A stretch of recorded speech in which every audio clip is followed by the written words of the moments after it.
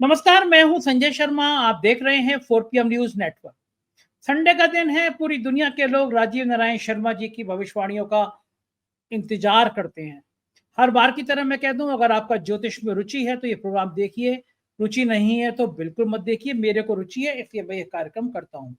राजीव जी पेशे से इंजीनियर हैं, सालों से अध्यात्म की ज्योतिष की दुनिया में का अध्ययन कर रहे हैं। बढ़िया ज्योतिषाचार्य हैं। कुछ भविष्यवाणियां गलत हुई हैं, कुछ सही हुई हैं। आज की भविष्यवाणी खास तौर से ईरान और इजराइल के युद्ध को लेकर है।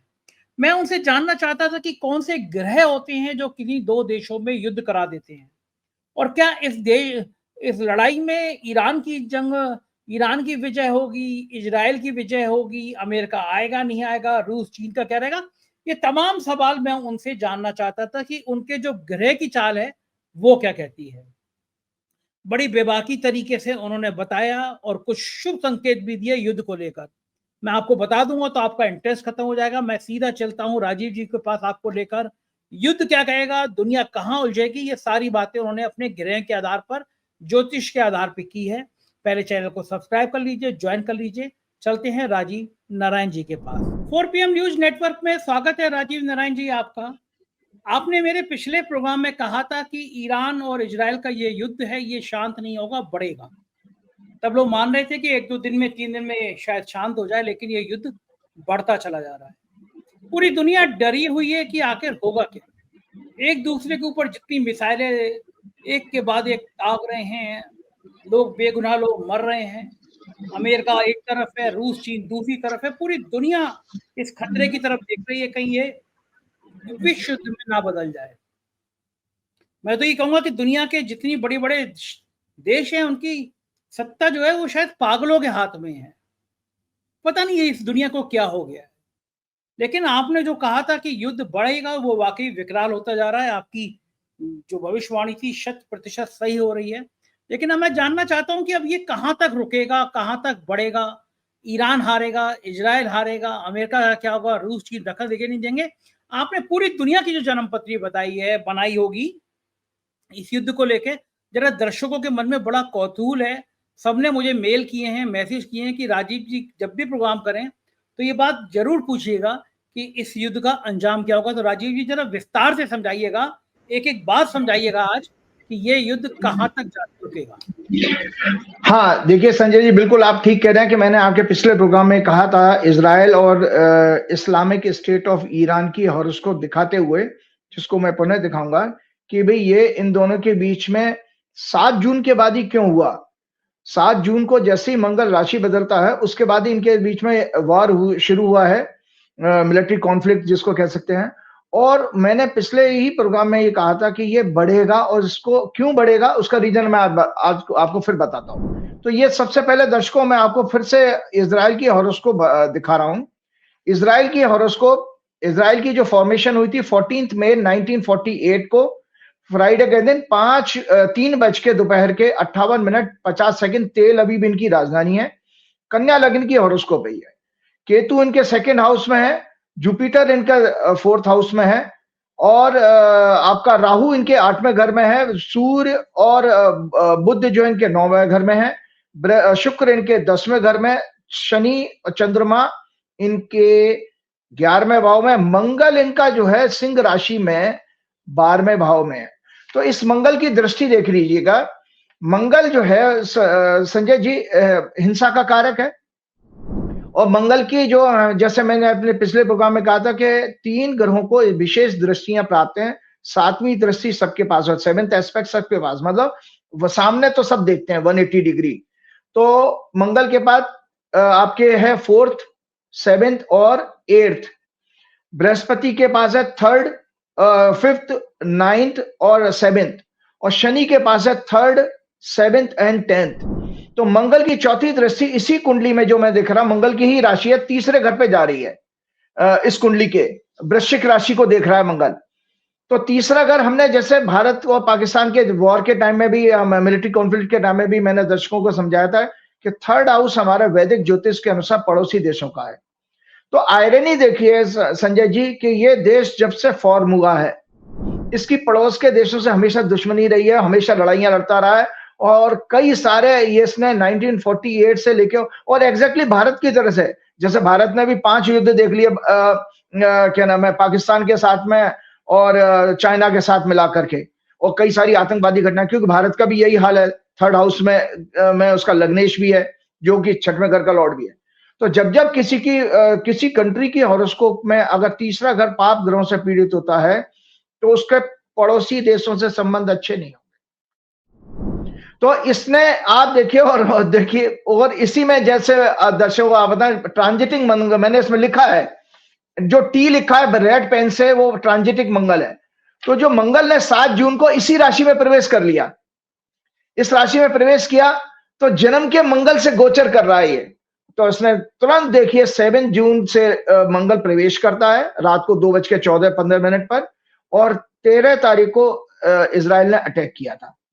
आगे क्या होने वाला मैं विस्तार से समझाऊंगा, और मैं पढ़ के बताता हूं, और ये राइटअप जो है ये जरूर जो है दर्शकों के साथ शेयर कीजिएगा। मैं इसमें बताता हूं, मैंने अपने लास्ट प्रोग्राम में इजराइल वर्सेस ईरान के मिलिट्री कॉन्फ्लिक्ट को उनकी हॉरोस्कोप डिस्कस करते हुए बताया था कि कैसे 29 मई 2025 को राहु केतु के राशि परिवर्तन करते ही सिंह राशि और कुंभ राशि की एक्सिस में राहु केतु आ गए 29 तारीख से ही।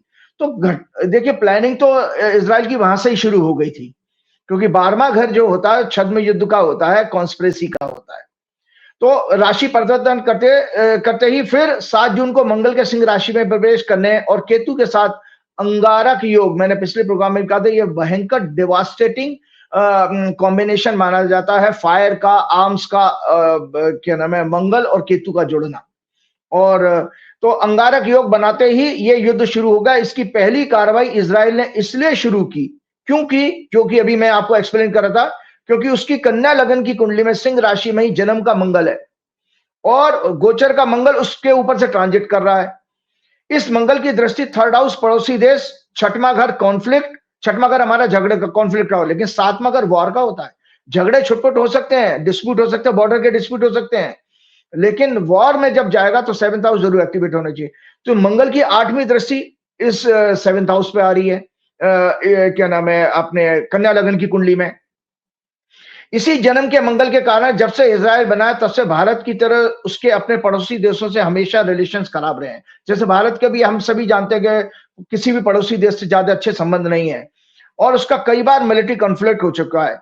इजराइल की कुंडली में राहु जो है 8वें घर में है, देखिए वो 8वें घर में है, देखिए वो 8वां घर होता है गुप्त षड्यंत्र का, छल कपट का। राहु अपने आप में ही छल कपट का ग्रह है, क्योंकि वो कहानी हमारी जो समुद्र मंथन की कहानी थी, वो छल से वो देवताओं की लाइन में राहु बैठ गया था, तो उसने अमृत पान कर लिया। तो वहां से एक टेंडेंसी निकाली जाती है कि राहु केतु के अंदर ये रिजल्ट जरूर आते हैं, इसको रिसर्च में प्रूव किया जा चुका है। तो इजराइल की राहु की महादशा चल रही है, और वो शुक्र के नक्षत्र में मंगल की राशि में है राहु, मंगल की राशि में, और यही ट्रांजिटिंग राहु 6वें घर में 29 मई को आ गया। तो झगड़े की तो कहानी वहां से शुरू हो गई। 8वें भाव में प्लेस है, जब ये ही राहु ट्रांजिट में मीन राशि यानी 7th हाउस में था। और याद करिए संजय जी, जब ये इससे पहले राहु अभी 29 मई से पहले मीन राशि में था। मीन राशि कन्या लगन का 7वां घर वार का होता, तो राहु इनके यहाँ 1.5 साल पहले, 18 महीने रहता राहु, तो 1.5 साल से राहु पहले मीन राशि में वार के घर में था। इसीलिए देखिए फिलिस्तीन पर और गाजा में ये लगातार पिछले 1-1.5 साल से कितनी 50,000 60,000 से ज्यादा हत्याएं कर चुका है। मतलब कितना दुष्ट राज्य है, मानवता के नाम पे कलंक है। ये कैसे यहूदी हैं कि जिनको की लोगों की निर्दोष हत्याएं कर रहे हैं। और ये क्यों है? क्योंकि Rahu basically is a planet of phobia also. तो ये बेसिकली नेतन्याहू हो या इजराइल हो, उसको अपने एक किसी तरह का अनजाना डर सता रहा है, उनको बेवजह का डर है, जिसकी वजह से वो वॉर करते हैं। उन्होंने अभी इसका कोई लॉजिक नहीं दिया। ईरान ने तो कोई वॉर छेड़ा नहीं था, लेकिन आपने ईरान में जाकर के एयर स्ट्राइक करके, और राहु का दर्शकों को जानकारी के लिए बता दूं, राहु से एविएशन सेक्टर आता है, तो हमेशा, और जो ड्रोन टेक्नोलॉजी वाला वॉर है वो केतु से आता है। जो साइंटिफिक जितने भी आज नॉन कन्वेंशनल वॉर कहते हैं, कन्वेंशनल वॉर में मिलिट्री और मतलब फिजिकल प्रेजेंस होती थी सेना की। अब आजकल तो फिजिकल सेना की कोई कंसेप्ट ही नहीं है। अपने घर में बैठे बैठे ड्रोन आप फेंक दो, मिसाइल फेंक दो, इससे लड़ाई हो रही है। भारत पाकिस्तान का भी यही हुआ, और इजराइल का भी है, और रशिया और यूक्रेन का भी है। हालांकि रशिया और यूक्रेन का तो कन्वेंशनल वार भी हुआ था जिसमें काफी हजारों सैनिक मारे जा चुके दोनों तरफ के। तो इसने देखिए आपने जैसे राहु की महादशा इनकी 29 मई से आता है, और इससे पहले भी जब राहु मीन राशि में था 7वें घर में, वार के घर में, तो 1 वर्ष से ज्यादा समय में इसने 60,000 से ज्यादा लोगों का नरसंहार किया है गाजा पट्टी में, फिलिस्तीन के लोगों का। और मतलब अस्पताल में गरीब लोगों को जो बेसिकली जो उनको फूड की एड मिल रही है उसमें लोग लाइन में लगे उन लोगों को मार देता है। कैसे किस तरह का भगवान ने ये देश बनाया है और कैसे इसके नेता हैं, इसके बारे में मैं आज थोड़ा सा धर्मशास्त्र के ऊपर जरूर बोलना चाहूंगा। तो राहु इसी राहु के ऊपर इनकी जन्म की कुंडली में शनि की 10वीं दृष्टि पड़ रही है और मंगल की राशि में राहु है, शनि की दृष्टि है, विषयोग बना रहा है। ये पॉइजनस स्टेट का हालांकि देश उतना बड़ा नहीं है, लेकिन इस समय वर्तमान दशाओं में जैसे एक व्यक्ति एक ही समय अलग अलग समय पर अलग अलग तरह का व्यवहार करता है ना, बिहेवियर होता है, हमारे बदल जाते हैं, हम अच्छे इंसान हो, कभी कभी समय खराब आता तो हमारी कुछ एक्टिविटीज बदल जाती हैं। इसी तरह से इस देश को इस समय विषयोग है और ये पॉइजनस, इसका उनको कोई सुख शांति की बात ही नहीं करेगा। तो राहु भय, भ्रम, फोबिया, संशय, छल कपट, षड्यंत्र, गुप्त तरीके से धोखे से अटैक करना, थेफ्ट, चोरी का प्रतीक है। इसने पिछले वर्षों में फिलिस्तीन, लेबनान और अब ईरान पर मिलिट्री एयर स्ट्राइक करके। जी राजीव जी। हाँ, तो देवगुरु बृहस्पति जो विजडम के सिग्निफिकेंट है, एक दुर्भाग्य, अगर देवगुरु बृहस्पति जो 11 जुलाई को अस्त हो गए, अगर ये अस्त नहीं होते, इसकी हॉरोस्कोप में 10वें घर में है, जो 10वां घर होता है प्रधानमंत्री का और जो रूलिंग पार्टी है, तो शायद ये वॉर नहीं करता और इसको किसी और तरीके से। लेकिन आप देखिए 11 जून को वो अस्त होते हैं और 13 को अटैक कर देता है। तो यहां पर एक छोटा सा ग्रह का संकेत ये मिलता है कि जब देवगुरु बृहस्पति उदय होंगे तब जाकर के कुछ संभावना है क्या, तो मैं आगे उसको एक्सप्लेन करता हूं। देवगुरु जो उनकी 4th हाउस में जन्म की कुंडली में और सत्ता के भाव पर दृष्टि डाल रहे हैं, 11 जून को अस्त हो गए, 7 जुलाई को उदय होंगे, 7 जुलाई को उदय होंगे, अतः इनका विजडम भी कमजोर हो गया और इसने 13 जून को ईरान पर एयर स्ट्राइक करके उनके कई सारे मिलिट्री कमांडर्स और न्यूक्लियर साइंटिस्ट को छल के द्वारा मार दिया। उस दिन planet of perception, emotions, public opinion, moon was also affected by 6 Lord Shani. उस दिन शनि भी, चंद्रमा भी पीड़ित था, जो कि हमने आपको अक्सर हर प्रोग्राम में बताया। जितनी भी दुर्घटनाएं, अगर आप सीक्वेंस में देखें, दर्शकों को इससे एक रिसर्च का पूरा कंफर्मेशन हो जाना चाहिए। चाहे आपकी भगदड़ की, हमारी स्टैम्पेड की घटना, कुंभ की हुई थी, रेलवे दुर्घटना हुई, भारत का ऑपरेशन क्या नाम है सिंदूर शुरू हुआ था, भारत पे जो पहलगाम हमला हुआ था उस समय भी, सब जगह पे एक चीज कंसिस्टेंटली आ रही है कि चंद्रमा पीड़ित होता है, क्योंकि चंद्रमा हमारे मानसिक सुख और दुख का कारक है। अगर पीड़ित होगा तो मानसिक दुख, और अगर शुभ ग्रहों से दृष्ट होगा तो सुख आएगा। तो उस समय moon was affected by 6 Lord Saturn 10वीं एस्पेक्ट से शनि से धनु राशि में था और 10वीं दृष्टि से शनि से पीड़ित हो रहा था जिस दिन 13 जून को। और being 6 Lord transiting through their 7th house, और शनि इस समय इनके वार के घर से ट्रांजिट में गोचर कर रहा है, एस्पेक्टिंग हाउस ऑफ डिप्लोमेसी। ये house of diplomacy 9th house को भी पीड़ित कर रहा है इस समय शनि। एंड लग्ना ऑल्सो, और लग्न पे भी दृष्टि है इसकी 7वीं। ये शनि वर्तमान में 12वें भाव से गोचर के मंगल से जो अंगारक योग बना रहा है 8वीं दृष्टि से पीड़ित है। ये शनि 8वीं दृष्टि से 12वें घर में बैठे मंगल से भी पीड़ित हो रहा है। इसी तरह यूएसए की हॉरोस्कोप, मैं यूएसए की हॉरोस्कोप आप जरूर दिखाइएगा, मेरे मैं आप लोगों के पास में है, तो यूएसए की हॉरोस्कोप ही आप देखिए, तो यूएसए की हॉरोस्कोप में भी राहु की दशा चली है। आज दुनिया में 2 देश जो है बहुत बुरी तरह से डिस्टर्ब कर रहे हैं पूरी वर्ल्ड की पीस को, तो उनकी दोनों की राहु की दशा है। मतलब इजराइल की कुंडली में राहु 8वें घर में है और अमेरिका की कुंडली में राहु 12वें घर में है। और 6वें, और जो ज्योतिष, वैदिक ज्योतिष के अनुसार 6, 8, 12 घर अच्छे नहीं माने जाते हैं। मतलब ये दुष्ट और दुखों को देने वाले, नाना प्रकार के छल कपट वाले, कॉन्स्पिरेसी वाले हाउसेस होते हैं।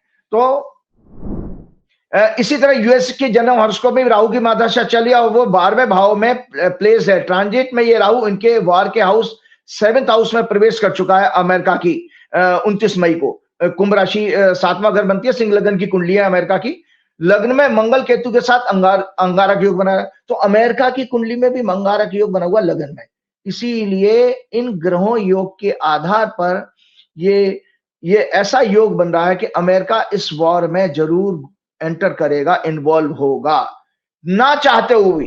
जबकि डोनाल्ड ट्रंप ने इलेक्शन सिर्फ इसी बात से जीता था। कमला हैरिस अच्छा भला इलेक्शन जीत रही थी, लेकिन एक कुछ बातें इमिग्रेशन के ऊपर उनको फोकस करना, दूसरा उन्होंने कहा कि मैं दुनिया भर में वॉर रुकवा दूंगा, मैं वॉर नहीं करूंगा। वॉर में ट्रिलियंस ऑफ डॉलर्स अमेरिका का बर्बाद हुआ है। उसने कई सारे वॉर का हवाला देते हुए कहा कि ट्रिलियंस ऑफ डॉलर्स अमेरिका का बर्बाद हुआ है, अगर यही अमेरिका में लगता तो अमेरिका के लोगों की खुशहाली बढ़ जाती।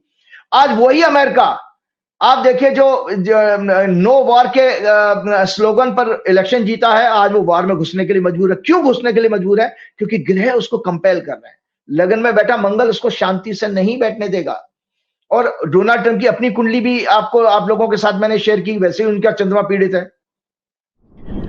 यूएसए के इस कॉन्फ्लिक्ट में शामिल होने का योग बना रहे हैं, चूंकि इन दोनों देशों की हॉरोस्कोप में राहु की प्लेसमेंट संकट, अपमान, लॉस के भाव में है। अतः इस कॉन्फ्लिक्ट से दोनों देशों को मैं भविष्यवाणी के रूप में बताऊं, आर्थिक और मिलिट्री रूप का दोनों देशों को इनको बहुत बड़ा नुकसान होना है।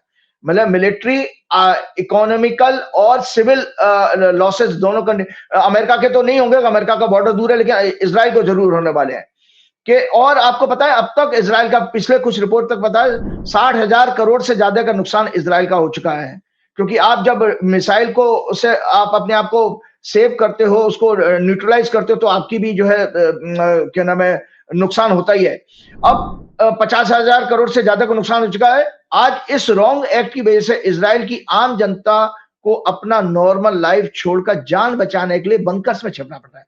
मतलब कैसी आपकी पॉलिसी है? आज इजराइल की जनता बंकर्स में छिपी हुई है, हॉस्पिटल्स में अटैक हो रहे हैं, वो माफ नहीं करेगी। पहले भी इतना है, वहां पे बहुत बदनाम है, वो तो इतना करप्ट आदमी है कि अगर अगला सरकार आएगी तो जेल में उसकी लाइफ पूरी निकलने वाली है। और साथ में यूएसए को भी खतरा हो गया है।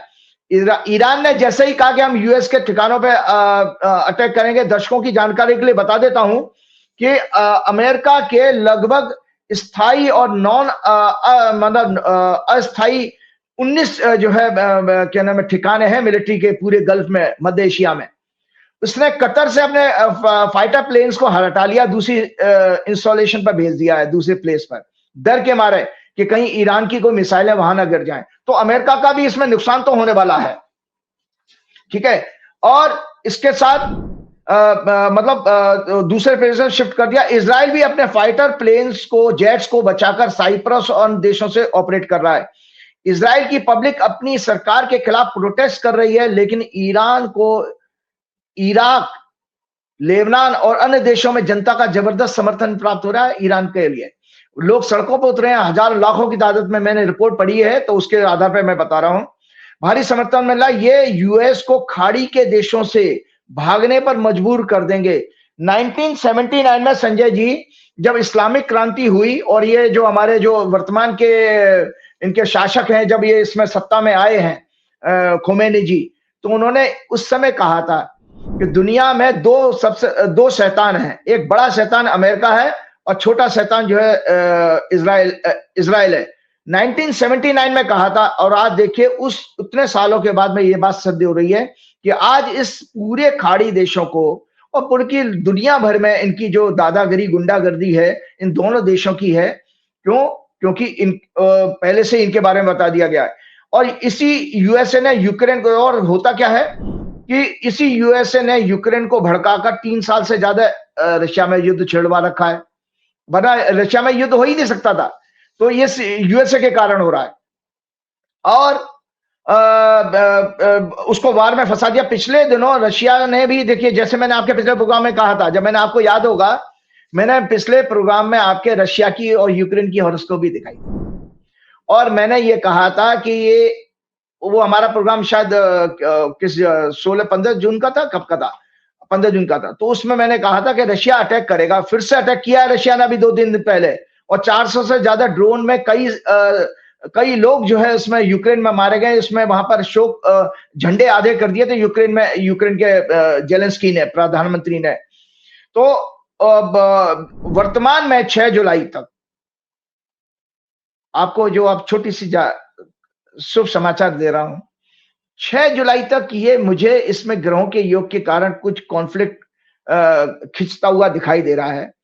थोड़ी सी संभावना 29 जून को शुक्र जो है शुभ ग्रह है और इजराइल की कुंडली जो मैंने दर्शकों आपको दिखाई है वो 9th हाउस का में पहुंच रहा है। शुक्र की वृषभ राशि होती है कन्या लगन की कुंडली में और शुक्र जो है वृषभ राशि में ही आ रहा है। 9th हाउस डिप्लोमेसी का होता है और भाग्य का स्थान भी होता है। तो डिप्लोमेटिक जो है प्रोसेस में इजराइल अपनी रजामंदी दिखा सकता है शामिल होने की। और उधर 6 जुलाई के बाद जब बृहस्पति उदय होंगे जो इनके 10वें घर में बैठे हैं, मतलब प्रधानमंत्री नेतन्याहू के हाउस में बैठे हैं, तो इजराइल ये वॉर के रुकने की सीज फायर होने का संभावना बन रही है 6 जुलाई के बाद, एनी डे आफ्टर 6 जुलाई। सो और अब मैं ईरान की ये बात तो बताता हूं। ईरान ये रहा, ईरान को क्यों नुकसान हुआ, कौन जीतेगा कौन हारेगा वॉर में, हमेशा मैंने आप लोगों को, ये ईरान की हॉरोस्कोप है।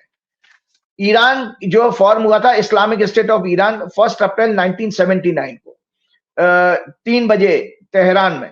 कर्क लगन की कुंडली है, बृहस्पति उच्च के हैं, लग्न में बैठे हैं, 9th लॉर्ड होकर के एग्जॉल्टेड है इनके, और शनि राहु इनके 2nd हाउस में है, केतु और शुक्र इनके 8वें घर में है, 9वें घर में सूर्य बुध मंगल है और उनका लग्नेश चंद्रमा उच्च का 11वें भाव में है।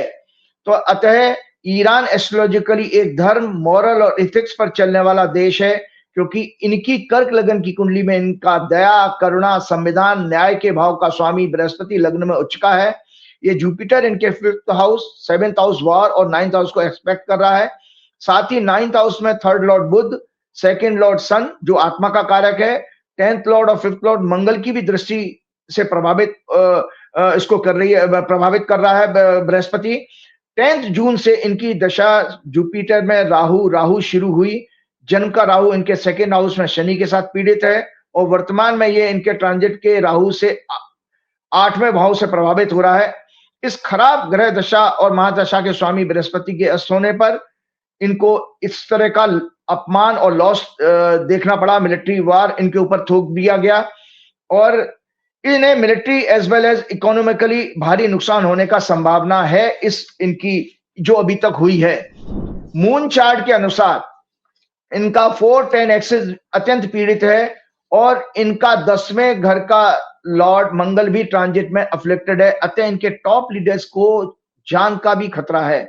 लगभग 90 दिनों तक बना हुआ रहेगा। इनके लग्न में उच्च का जुपिटर, लग्नेश मून 11th हाउस में उच्च के हैं। अतः यूएसए, इजराइल क्या दुनिया का कोई भी देश इनको और इनकी संस्कृति को कभी खत्म नहीं कर पाएगा। 30 जून से इनकी जुपिटर की सूक्ष्म दशा शुरू हो रही है। 29 को शुक्र राशि परिवर्तन करके इस कॉन्फ्लिक्ट के डिप्लोमेटिक प्रयासों से रुकवाने में मददगार साबित होंगे, ऐसा हम अपने एनालिसिस में देख रहे हैं। तो दोनों की जब मैंने हॉरोस्कोप देखी तो संजय जी, इन दोनों की हॉरोस्कोप में कुछ अच्छे समाचार आने का योग 29 जून से शुरू होता है और 6 जुलाई के बाद ये सीज फायर में जाने की है। क्योंकि आप देख ही रहे हैं, मैंने आपको पिछले प्रोग्राम में ही कहा था कि चाइना, क्योंकि ईरान की हॉरोस्कोप बहुत अच्छी है, 3rd हाउस का लॉर्ड इसमें देखिए, जो आप देखिए ये ईरान की हॉरोस्कोप फिर से दिखा रहा हूं, इनका 3rd हाउस देखिए, 3rd लॉर्ड 3rd हाउस को देख रहा है 9th हाउस से बैठे हुए। इसीलिए इस हॉरोस्कोप के आधार पर यह मैं कह सकता हूं कि ईरान को बड़ी सुपर पावर चाइना और रशिया से मदद मिलने का पूरा संकेत है और साथ में जो है इसको कुछ इस्लामिक स्टेट भी इसके समर्थन में वापस आएंगे जो अमेरिका के ऊपर दबाव बनाएंगे, तब जाकर के ये हम सीज फायर की कंडीशन तैयार हो। चलिए, कम से कम ये एक खुशखबरी बताई आपने कि 6 जुलाई के आसपास युद्ध खत्म हो जाएगा। जो बड़ा बुरा लगता है कि युद्ध में किधर से भी लोग मरे लेके बेगुनाही मरते हैं, तो मतलब नहीं होता है कि मिसाइल गिर रही है, कहीं खाने गाजा में खाना मांग रहे हैं उनपे मिसाइल गिर रही है, बच्चे बेचारे भूख से तड़प रहे हैं, बड़ा दुख होता है देखकर। एक चीज बताइए, आपने अमेरिका का जब राष्ट्रपति ने शपथ ली थी, आपने तभी कह दिया था कि ट्रंप जो है भारत के लिए बड़ा अशुभ साबित होंगे, भारत का अपमान करेंगे, और उसके बाद से क्रमशः ट्रंप कोई मौका नहीं छोड़ते। अभी तो हद हो गई। जो आतंकी देश है पाकिस्तान, उसके सेनाध्यक्ष मुनीर को बुला के लंच कराया ट्रंप ने। तो ये जो डिप्लोमेसी है ये कहाँ फेल हो रही है भारत की, क्या कारण है, क्या देखते हैं आप? जी, बिल्कुल। अच्छा, उससे पहले थोड़ी-सी एक 2 हॉरोस्कोप और मैं दिखा रहा हूँ। ये संवत्सर की कुंडली पुनः दिखा रहा हूँ।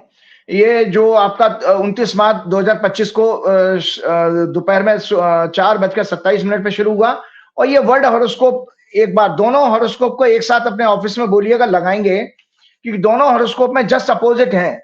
वर्ल्ड हॉरोस्कोप 14 अप्रैल 2025 को बनी कुंभ लगन की है और 7वां भाव में सिंह राशि आती है और जबकि संवत्सर की जो कुंडली है वो सिंह लगन की है और 7वें भाव में कुंभ राशि आती है। इसी एक्सिस में दोनों जो है मंगल और आपके क्या नाम है केतु अंगारक योग बना रहे हैं, शनि भी पीड़ित हो रहा है। तो हमने क्या देखा संजय जी, वैदिक ज्योतिष के अनुसार हमारी सभी के हॉरोस्कोप में लग्न, 5th हाउस और 9th हाउस धर्म के भाव हैं। ये मैं आपको दिखाता हूं। जब भी आप अपराध करते हैं या अनैतिक मार्ग पर जाएंगे, कोई भी हो, व्यक्ति हो या देश हो, कोई भी हो, तो ये मैं एक हॉरोस्कोप काल पुरुष की कुंडली दिखाता हूं। तो इसमें आप धर्म के दर्शक हॉरोस्कोप धर्म के भाव पर क्या नाम है फोकस करें। लग्न 5वां और 7वां घर धर्म का होता है। सेकेंड हाउस आपका जो है सेकेंड हाउस, 6th हाउस और 10th हाउस आपका अर्थ का होता है। 3rd हाउस, 7th हाउस और 11th हाउस काम का होता है और मोक्ष का घर आपका माना गया क्या नाम है 4था, 8वां और 12वां घर। तो इसमें हमने वैदिक ज्योतिष के अनुसार सभी के हॉरोस्कोप में लग्न, 5th हाउस, 9th हाउस धर्म के भाव हैं।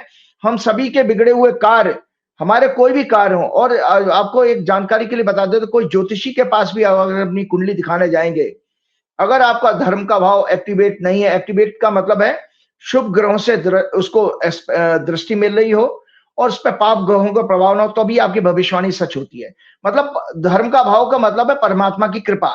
तो बिगड़े हुए कार्य या अन्य कोई संकट तभी दूर होते हैं जब हमारे धर्म के भावों पर, उनके लॉर्ड्स पर, उनके स्वामियों पर शुभ ग्रहों का प्रभाव होता है। इनकी ग्रह दशा आती है। सफल भविष्यवाणियां भी तभी संभव है, चाहे कितना भी विद्वान ज्योतिषी कुंडली की एनालिसिस करके बिना इन भावों के एक्टिवेट हुए उनकी भी भविष्यवाणी सफल नहीं हो सकती, कितना भी अच्छी एनालिसिस कर लें हम। इन जिनकी कुंडली में ये भाव पीड़ित होते हैं उनका नैतिक पतन अवश्य होता है। उनकी आत्मा इस जन्म के पापों के बोझ के साथ इस संसार से जाती है, नैतिक पतन होता है। क्योंकि हमारे साथ हम अभी आपके जब बीजेपी की और जो बात करेंगे, हम देश की बात करेंगे, तो हमारे सरकार का नैतिक पतन कमजोर हुआ है, इसको हम बने। तो संवत्सर 2082 29 मार्च की कुंडली में लग्न पाप ग्रहों से पीड़ित है। 9th लॉर्ड भी 5th लॉर्ड जुपिटर 6 जुलाई तक अस्त है। अतः तब तक विश्व के नेताओं का नैतिक पतन जारी रह सकता है। वे अधर्म के मार्ग पर चलकर मानवता की हत्या, लूटपाट करते रहेंगे। अकॉर्डिंग टू वर्ल्ड हॉरोस्कोप जो 14 अप्रैल की है, इसमें भी 29 मई 2025 से लग्न और 7th हाउस एक्सेस पाप ग्रहों से पीड़ित है। 5th हाउस में जुपिटर प्लेसमेंट अच्छी है, परंतु गोचर में ये अस्त है। इस कुंडली का 9th लॉर्ड वीनस 29 जून को राशि परिवर्तन करके सुख के चौथे घर में सुख के भाव में आएगा।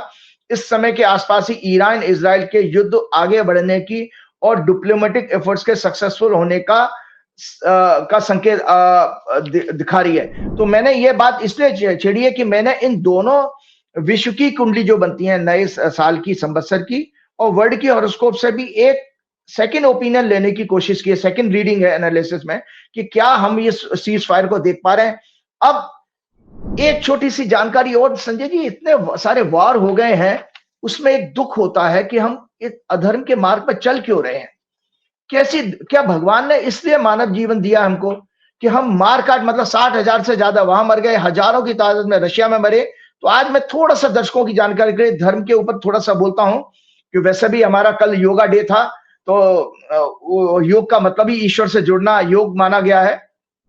आज पूरे विश्व में लगभग सभी बड़े देश किसी ना किसी फॉर्म में, ट्रेड हो, टैरिफ हो, मिलिट्री वार हो, मैं इन्वॉल्व है। विश्व के सभी धर्मों में हिंसा को महापाप माना गया है। ये धर्म यानी rule of law for all being regarded as duty. धर्म का मतलब है rule of law for all being regarded as duty, the basic principles of cosmic और individual existence. Dharma are the moral ethical Dharma are the moral, ethical laws of nature, geopolitical, social, constitution of the country and justice. धर्म शब्द ये write up जरूर दिखाइएगा, ये लोगों को धर्म की मायने समझ में आएगा। मैं जरूर शेयर करना चाहिए, बहुत सारे मेहनत के साथ हमने इसमें नोट्स बनाए हैं क्योंकि कारण यह है कि धर्म के मतलब को गलत तरीके से पेश किया जाता है। धर्म को हम अक्सर रिलीजन से जोड़ देते हैं, जबकि रिलीजन और धर्म में फर्क यह है कि रिलीजन जो है वो आपकी बिलीफ सिस्टम है, आपकी पूजा पद्धति है, आपका किस तरह का विश्वास है, कैसे भगवान को मानते हो, वो आपका बिलीफ सिस्टम, वो प्राइवेट होता है, पर्सनल होता है। लेकिन धर्म बेसिकली यूनिवर्सल है, इसके बिना तो हम कुछ भी नहीं सोच सकते हो। तो इसलिए धर्मा को फिर से दोबारा बताना, dharma are the moral ethical laws of nature, geopolitical, social constitution of the country and justice।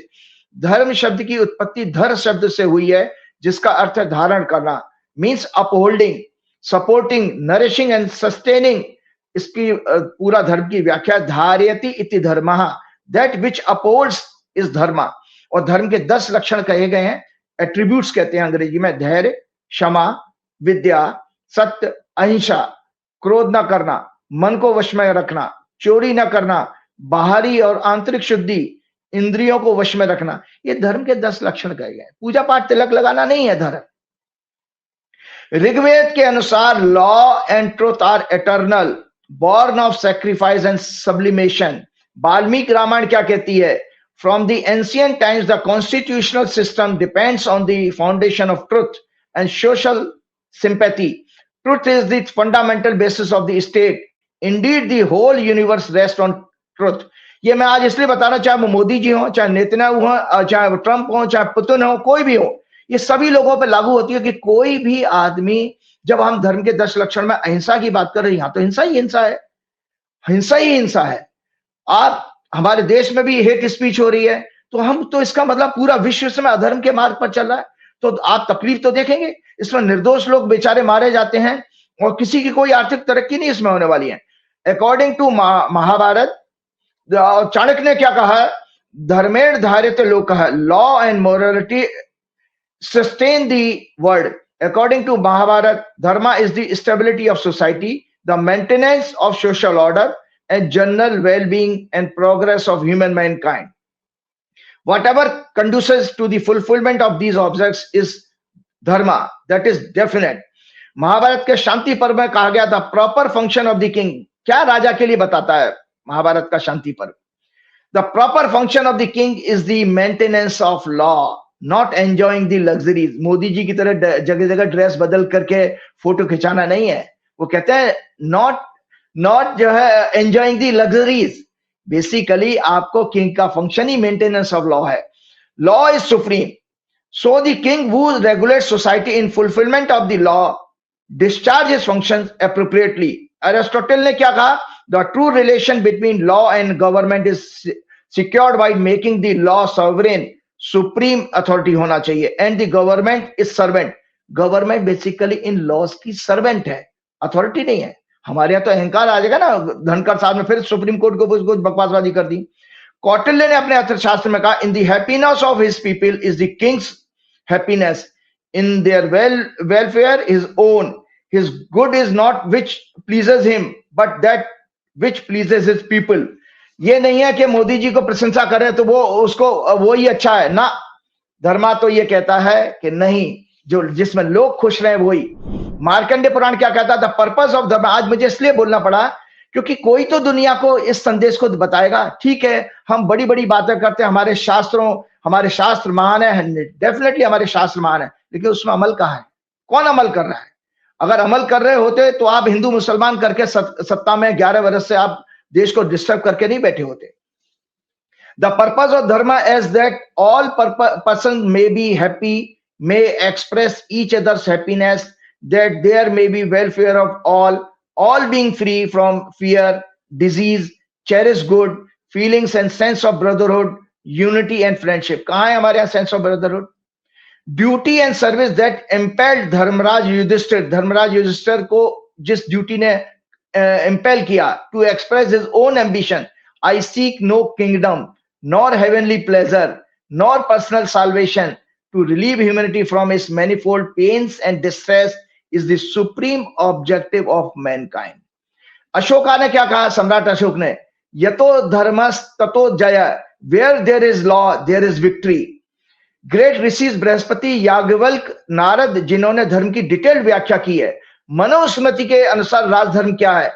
It is obligatory for the king to give equal protection. देखिए मोदी जी सुन लें, योगी जी भी सुन लें इस बात को, अमित शाह भी सुने। मनुस्मृति क्या कहती है? इट इज, क्योंकि ये मनुस्मृति अभी दिल्ली यूनिवर्सिटी में लागू करने जा रहे थे, फिर बाद में विड्रॉ कर लिया था लोगों ने जब प्रोटेस्ट किया। मनुस्मृति में तो बड़ी विवादास्पद चीजें हैं। मनुस्मृति जिस तरह से समाज में दलितों को, शूद्रों का वर्णन करती है, वो तो किसी भी रूप में ठीक नहीं है ना। लेकिन आप देखिए जो अच्छाइयां हैं उसको आप देखिए, राजधर्म क्या बताती है? It is obligatory for the king to give equal protection to all his subjects without any discrimination, बिना किसी भेदभाव के।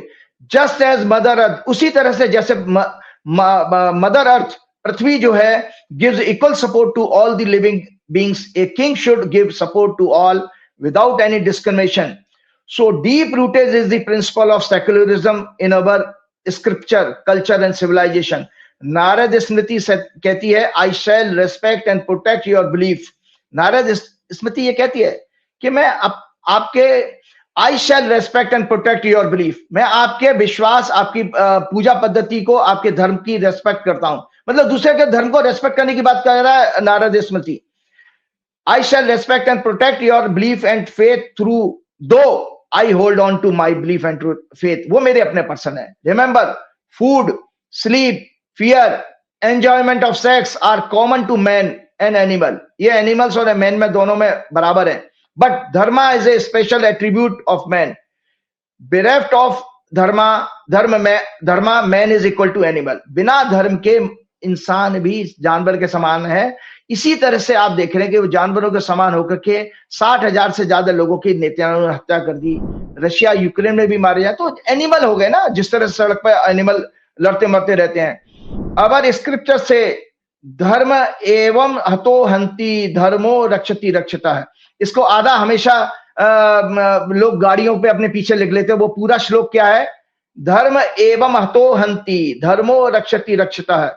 Those who destroy dharma get destroy, वो डिस्ट्रॉय। आज अमेरिका और इजराइल का भी, चूंकि वो अधर्म के मार्ग पर है, इनका पतन निश्चित है। Those who destroy dharma get destroy, dharma protect those who protect it. Dharma is the king of kings, nothing is superior to dharma. इसीलिए अब मैं आपके प्रश्न पर आता हूं कि जो पहली बात ये बताता हूं कि पाकिस्तान और भारत के, आपके पिछले प्रोग्राम में मैंने कहा था कि अमेरिका के जो ओथ ली थी वो आपके मेष लगन में ली थी। वो भारत की कुंडली, जो भारत की ये हॉरोस्कोप है, भारत की कुंडली में मेष लगन 12वां घर है और 12वां घर होता है अपमान का। इसीलिए निरंतर अपमान भारत को देखना पड़ रहा है। एक और कंपैरिजन में दिखाता हूं कि इस समय एक चर्चा हो रही है डिप्लोमेसी की। बहुत सारा मोदी जी के बारे में कहा गया कि मोदी जी ने 70 से ज्यादा देशों की लगभग 130 से ज्यादा बार यात्राएं करनी, कई देशों पे, जैसे अमेरिका में 10 बार गए हैं वो। और उसके बावजूद भी आज डिप्लोमेसी में हम कहां खड़े हैं, ये आपने अपने इंडिया ऑपरेशन सिंदूर के टाइम में देख लिया कि आज तक। और जो आप जनरल मुनीर की बात की कि पहला इंस्टांस है संजय जी, दर्शकों की जानकारी के लिए, दर्शकों ने कई सारे वीडियोज में भी सुना होगा कि किसी आर्मी जनरल को अमेरिका के प्रेसिडेंट ने व्हाइट हाउस में बुला करके डिनर या लंच पर बुलाया। इतना बड़ा सम्मान। इससे पहले भी आर्मी जनरल गए हैं आपके अयूब खान और ये जो मुशर्रफ वगैरह, लेकिन वो उस समय राष्ट्रपति बन चुके थे। ये सर्विंग जनरल पहला आ गया है और उस सर्विंग जनरल को जो है वो मोदी जी के बराबर उसने कंपेयर किया ट्रंप ने कि दे आर ग्रेट लीडर्स, इन्होंने वार को रोका, मैं इनको थैंक्स कहता हूं। साथ में एक एडिशनल बात और उसने कही, आई लव पाकिस्तान। याद है मैंने आपके प्रोग्राम में पाकिस्तान की और अमेरिका की हॉरोस्कोप दिखाते हुए कहा था कि चूंकि पाकिस्तान की हॉरोस्कोप मेष लगन की है, मेष लगन का स्वामी मंगल होता है, और अमेरिका की हॉरोस्कोप सिंह लगन की दिखाइएगा। मैं दिखा नहीं रहा हूं, दोबारा समय लग जाएगा। तो सिंह और सिंह लगन का स्वामी सूर्य था। सूर्य और मंगल अति मित्र हैं। इसीलिए देखिए मैंने उस समय भी कहा था कि पाकिस्तान जब तक रहेगा तब तक अमेरिका उसका दोस्त बना रहेगा। तो जब से पाकिस्तान की 1947 में फॉर्मेशन हुई है तब से अमेरिका का निरंतर, चाहे पाकिस्तान कितनी गलतियां करे, उसने एक बार भी पाकिस्तान से ये नहीं कहा कि तुमने क्या पहलगाम में आतंकवादी हमला कराया था क्या। ना तो देखे, एक और भी चीज है, वर्ल्ड कम्युनिटी प्रूफ चाहती है। हमारी सरकार आज तक कोई प्रूफ नहीं दे पाई है पहलगाम हमले का। पुलवामा हमले में भी वो आरडीएक्स का 400 केजी आरडीएक्स कैसे आ गया, उसका कोई प्रूफ नहीं दे पाई है। तो वर्ल्ड कम्युनिटी केवल हवाई में कहने से आपकी बातों में विश्वास नहीं करती है, उनको आपको डॉक्यूमेंट्री प्रूफ देने पड़ेंगे कि भाई ये वास्तव में पाकिस्तान का किया धरा है। उसमें हम फेल हो गए। हमारा फेलियर देखिए, हमारी सरकार का देखिए कितना बड़ा है कि हम अपने बॉर्डर को सेफ नहीं रख पा रहे हैं, आतंकवादी घुस जाते हैं। चाहे जो बड़ी बड़ी बातें करी, हमने धारा 370 भी हटा दी, लेकिन उसके बाद ना तो कोई इस्तीफा देता, कोई मॉरल रिस्पॉन्सिबिलिटी नहीं ले रहा है, किसी को ऊपर कोई दंडात्मक कार्रवाई नहीं हुई, ना पुलवामा के टाइम में हुई, ना पहलगाम के टाइम में। और उल्टे हमने उसको दुनिया भर में बदनाम करने की कोशिश की। आपने 51 से ज्यादा सांसद भेज दिए 33 देशों में। अब आप बताइए, वो सांसद घूम करके आए हैं, वो अमेरिका का प्रेसिडेंट ने 15वीं बार फिर कह दिया कि मैंने वॉर रुकवाया। साथ में ये और कह दिया कि पाकिस्तान और इंडिया ग्रेट नेशन है, इनके लीडर्स भी ग्रेट हैं, और उसको लंच पे बुला लिया। तो वो आपका जो सांसदों को भेजने वाला खर्चा तो वेस्ट गया। पब्लिक को जवाब इसमें पीआईएल दाखिल करनी चाहिए कि ये पैसा हमारा बर्बाद क्यों किया गया। उसको तो ऊपर कोई असर नहीं हुआ ना, उस डिप्लोमेसी का क्या असर हुआ? तो पाकिस्तान के तो फिर बल्ले बल्ले हो रही है। बल्कि पाकिस्तान के उस आर्मी जनरल ने तो ट्रंप को नोबेल पीस प्राइज देने की भी बात कर दी है। तो मैं सब इस बातों को इसलिए कह रहा हूं क्योंकि सिंह लगन की कुंडली अमेरिका की, मेष लगन की कुंडली पाकिस्तान की, दोनों दे आर ग्रेट फ्रेंड, और इनकी ये मित्रता और उनका लव अफेक्शन ऐसा ही रहेगा। और भारत के लिए ये मुश्किल है, ये चेतावनी भी है अमेरिका की कि पाकिस्तान के खिलाफ जो है कुछ बातें ज्यादा मत करिएगा। वो पाकिस्तान को जो लव अफेक्शन मिलेगा वो भारत को कभी नहीं मिल सकता। तो इसलिए हमारे जो अंधभक्त जुड़े हुए हैं कि हम पीओ को ले आएंगे, अमित शाह भी छाती पीट पीट करके संसद में कह रहे हैं, मोदी जी भी चीख चीख करके कह रहे हैं, संघ के लोग और भाजपा के लोग चीख चीख के पीओ को ले, कभी असंभव है। अमेरिका के रहते हुए ये कभी प्रयास इनका सफल नहीं होगा, क्योंकि अमेरिका हमेशा पाकिस्तान को प्रोटेक्ट करेगा। तो आज मैं एक क्वेश्चन देखता हूं कि दुनिया में एक, जैसे हमारे आर्मी के जनरल ने बहुत अच्छी बात कही थी, उसमें ये दुनिया के ये दोनों देशों की हॉरोस्कोप जरूर दिखाइएगा। आज मैं डिप्लोमेसी को एक्सप्लेन कर रहा हूं, ये भारत और पाकिस्तान की साथ साथ हॉरोस्कोप दिखाइएगा। भारत की हॉरोस्कोप में तीसरे घर में चंद्रमा, बुध, शनि, शुक्र और सूर्य बैठे हैं, और शुक्र इसमें छठवें घर का झगड़े का लॉर्ड है। और मंगल की नौवां घर होता है डिप्लोमेसी का। तो मंगल के ऊपर डिप्लोमेसी के हाउस पे छठवें घर के लॉर्ड शुक्र की दृष्टि, साथ में मंगल की दृष्टि, शनि की दृष्टि। तो इसलिए भारत की कुंडली में डिप्लोमेसी कभी बहुत ज्यादा अच्छी नहीं रहेगी। भारत को कभी भी किसी देश का, जैसे नरेंद्र मोदी जी बिल्कुल अमेरिका के सामने नतमस्तक हो, कभी नहीं रहना चाहिए उनको। वो भारत के लिए हमेशा वो पॉलिसी डिप्लोमेसी काम करेगी जो कि नॉन अलाइनमेंट मूवमेंट की, जो नेहरू जी के टाइम में थी, कि आप तटस्थ रहिए लेकिन अपना पॉइंट ऑफ व्यू, अपनी ओपिनियन जरूर रखिए। ये नहीं कि हर चीज में जी हुजूर कहें। आप देखिए, आप गाजा में जो नरसंहार और उस पर कुछ नहीं बोलते हैं। इजराइल ईरान के ऊपर बेवजह अटैक कर दिया इजराइल ने, आप कुछ नहीं बोलते हैं। तो इस तरह की पॉलिसी आपको दिखा दे कि आप प्रो इजराइल और प्रो अमेरिकन हो चुके हैं। तो यहां पर पाकिस्तान की कुंडली को दर्शक देख लें।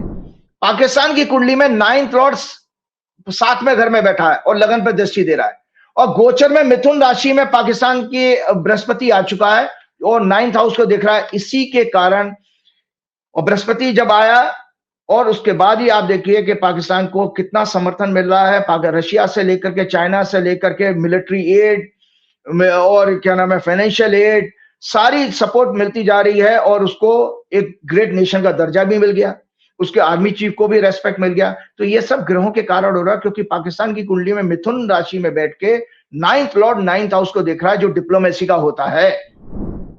इस तरह से हमने ये देखा कि भारत की डिप्लोमेसी फेलियर की तरफ क्यों गई है।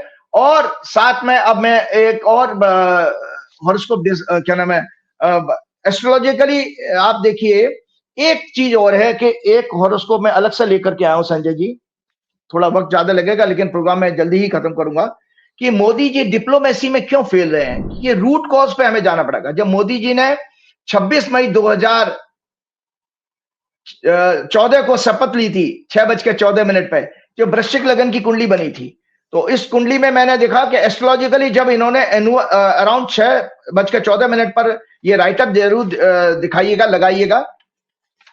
जब इन्होंने 6:14 पर 26 मई 2014 को जब शपथ ली थी, उसी समय परमात्मा ने निश्चित कर दिया था कि जब तक ये शासन में रहेंगे तब तक भारत की डिप्लोमेसी इनइफेक्टिव रहेगी और अनइम्प्रेसिव रहेगी। उस समय वृश्चिक लगन था, 9th हाउस 9 लॉर्ड पर पाप ग्रहों की दृष्टि थी, 4th लॉर्ड 12वें घर में पाप ग्रहों से पीड़ित था, जो जनता को सदैव कष्ट और संकटों में रहने का संकेत दे रहा था।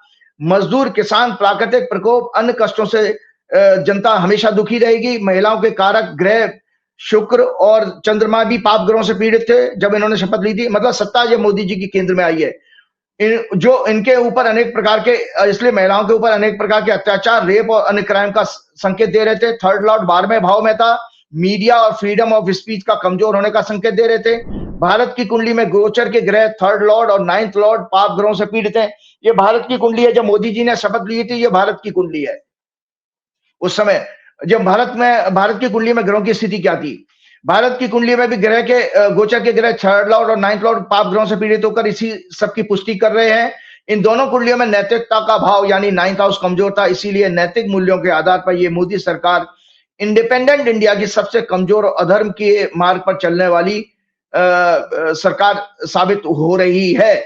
और ऐसा विधाता ने पहले निश्चित कर दिया। यही कारण के बड़ी से बड़ी घटना, दुर्घटना होने पर, अपराध में लिप्त होने पर, सेक्स स्कैंडल एक्सपोज होने पर, भ्रष्टाचार और न्यायालय द्वारा कठोर टिप्पणी करने पर भी, कॉन्स्टिट्यूशन राइट्स, इलेक्शन में हेराफेरी करने पर किसी भी केस में ना तो कोई पद से हटाया जाता है, ना उस पर कोई कार्रवाई करके जैसे जेल भेजा जाता है।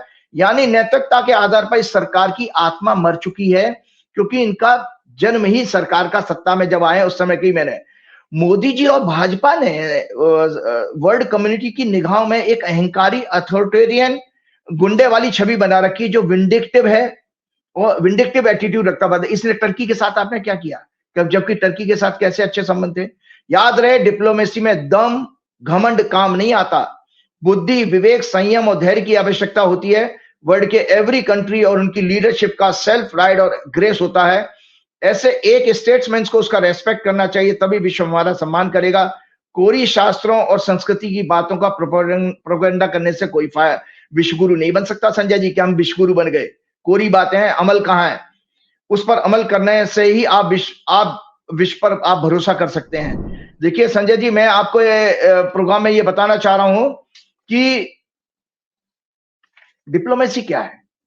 Diplomacy, it means it what is flawed diplomacy. आप एक और चीज मैं देख रहा हूं कि काला धन 3 गुना से ज्यादा हो गया। अभी एक रिपोर्ट लेटेस्ट आई है, इनके कार्यकाल में काला धन 3 गुना से ज्यादा। एक लेटेस्ट रिपोर्ट के अनुसार स्विस बैंक में इंडियंस का काला धन 3 गुने से ज्यादा बढ़कर 37,000 करोड़ के ऊपर चला गया है। कहां है बाबा रामदेव, अन्ना हजारे, अन्य सिविल एक्टिविस्ट जिन्होंने संघ, कॉर्पोरेट हाउसेज, चापलूस अफसर, दलाल, मीडिया, भाजपा के सहयोग से इंडिपेंडेंट इंडिया के सबसे सफल और ऑनेस्ट प्रधानमंत्री स्वर्गीय मनमोहन सिंह जी की सरकार को बदनाम करके झूठे प्रोपेगेंडा से देश में सत्ता हासिल की, छल कपट के द्वारा, और लोगों को भ्रमित करके आज यह साबित हो गया कि भाजपा आजाद भारत की सबसे भ्रष्ट और अनडेमोक्रेटिक पार्टी है, जो लगभग 2 वर्ष बीत जाने पर भी अपना अध्यक्ष तक नहीं डिसाइड कर पाई है।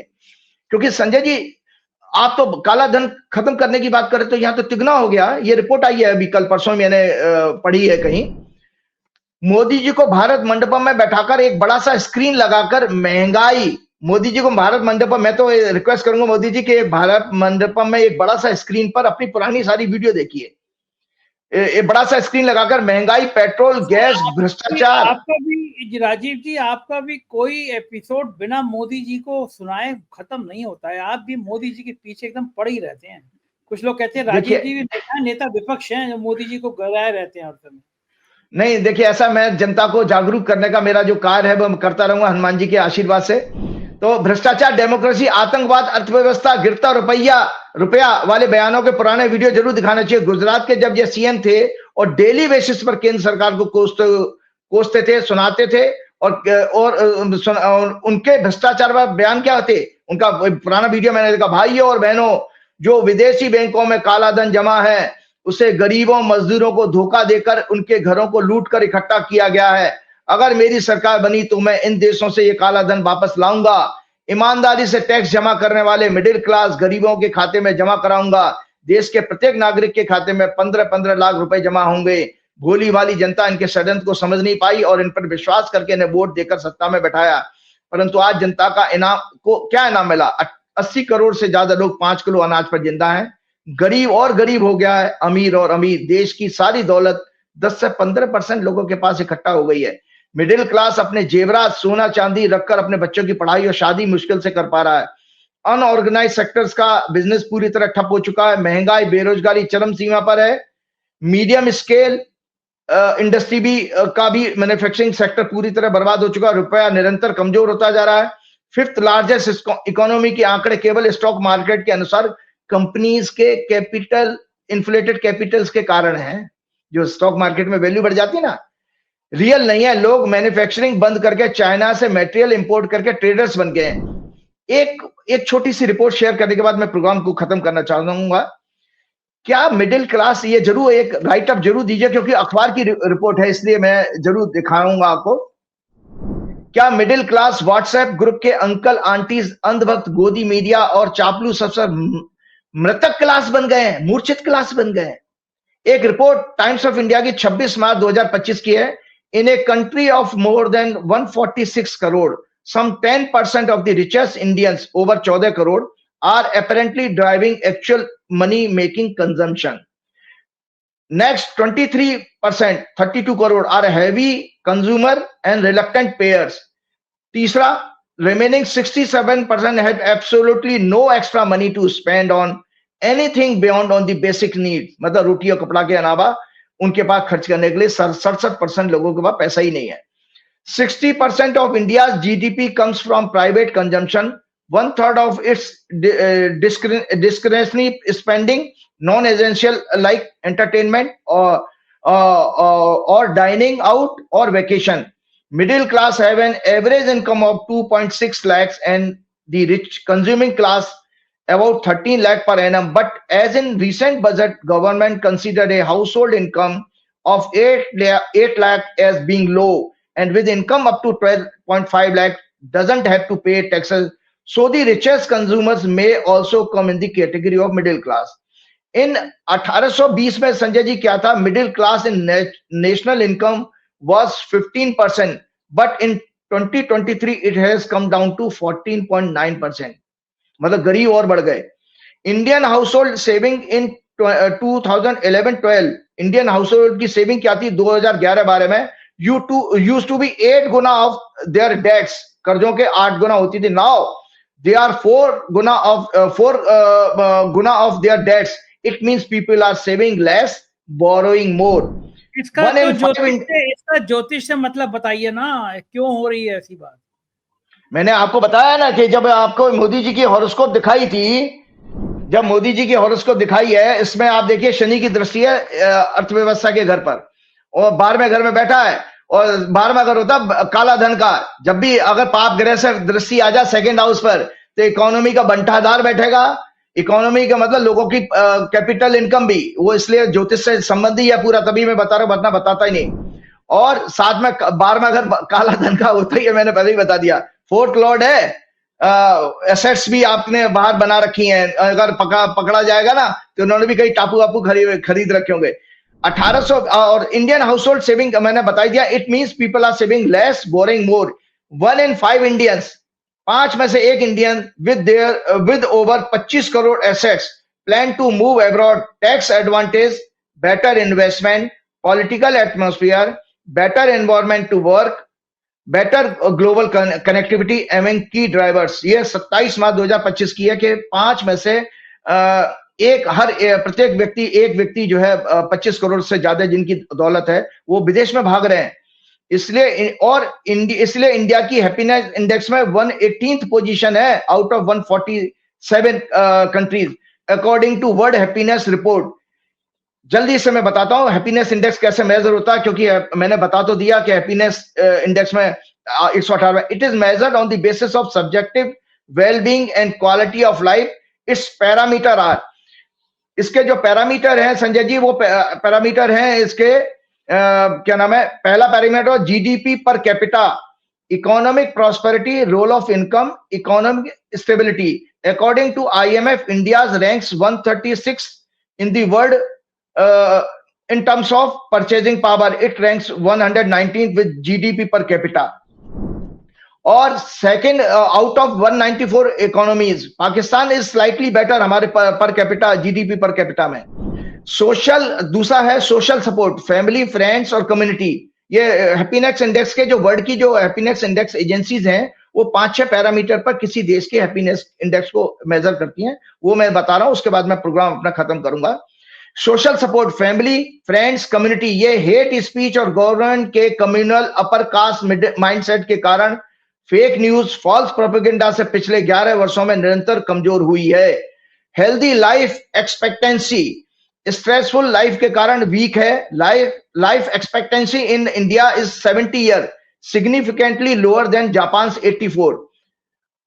Health life expectancy in India is only 60 year, मतलब हेल्दी लाइफ तो 60 साल ही है, 60 ईयर की है हमारी, जबकि जापान की 75 ईयर है। India has the highest disease burden globally with millions affected by preventive illness. India loses 6% of its GDP annually due to premature deaths and preventable disease impacting economic growth. Non-communicable disease like diabetes, hypertension, cardiovascular, hormonal disease are rising due to poor lifestyle choices and lack of health awareness. चौथा point है freedom to make life choices. पांचवा point है generosity, दया, करुणा, प्रेम। भेदभाव, जाति, वर्ण, हेट स्पीच, डिवाइड और रूल से ये कमजोर हो रहा है।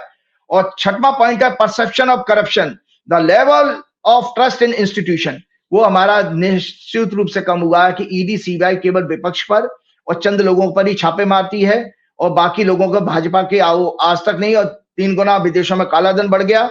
गोदी मीडिया भ्रष्ट, कॉर्पोरेट के हाथ में सोशल मीडिया, भ्रष्ट कॉर्पोरेट के हाथ में गोदी मीडिया पहुंच चुका है। सोशल मीडिया बुद्धिजीवी, अपोजिशन लीडर, पत्रकारों पर समय समय पर अलग अलग भाजपा राज्यों में झूठे मुकदमे फाइल किए जाते हैं, उनको डिस्करेज करने के लिए। आम जनता में एक निराशा का माहौल पैदा हो गया है और उसने सड़कों पर आकर अपनी आवाज उठाना कम कर दिया, जिससे सरकार का अहंकार बढ़ता जा रहा है। ये 7वां पॉइंट है इमोशनल एक्सप्रेशन। जिस कंट्री में इमोशनली आप अपने आप को खुले रूप में एक्सप्रेस ना कर पाओ, वहां का भी हैप्पीनेस इंडेक्स अच्छा नहीं माना जाता। उसको डिफाइन किया गया freedom of speech and expression से।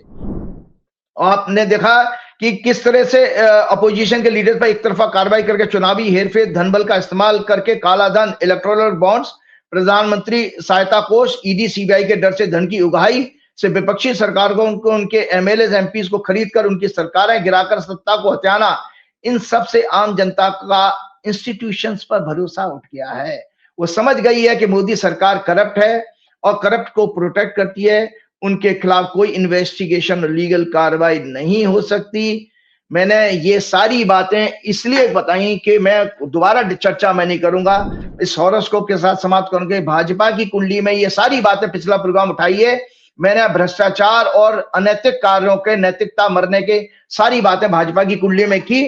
और इस वर्ष जो उनका जो वर्षफल शुरू हुआ है इसमें ये चरम सीमा पर होगा। अभी तो 2 महीने देखे हैं, चरम सीमा पर होगा। अब चलते चलते हम आम आदमी कुछ नहीं कर सकते, हनुमान जी से प्रार्थना करेंगे, श्री गुरु चरण सरोज रज निज मन मुकुर सुधार, वर्ण और रघुवर विमल जसु जो दायक फलचार, बुद्धिहीन तनु जान के सुमरो पवन कुमार, बल बुद्धि विद्या देव मोह हरऊ कलेश विकार, भूत पिशाच निकट नहीं आवे, महावीर जब नाम सुनावे, कृपा करो गुरुदेव की नाई। जय श्री राम, जय हनुमान। ये थे राजीव नारायण शर्मा जी, और उन्होंने कम से कम एक शुभ संकेत दिया कि 6 जुलाई के बाद शायद ये युद्ध खत्म हो जाए। अच्छा है दुनिया में इस तरह की विभीषिका से सब बचें, किसी की बेगुनाह की मौत ना हो। कैसी लगी बातचीत बताइएगा जरूर। शुक्रिया, थैंक यू।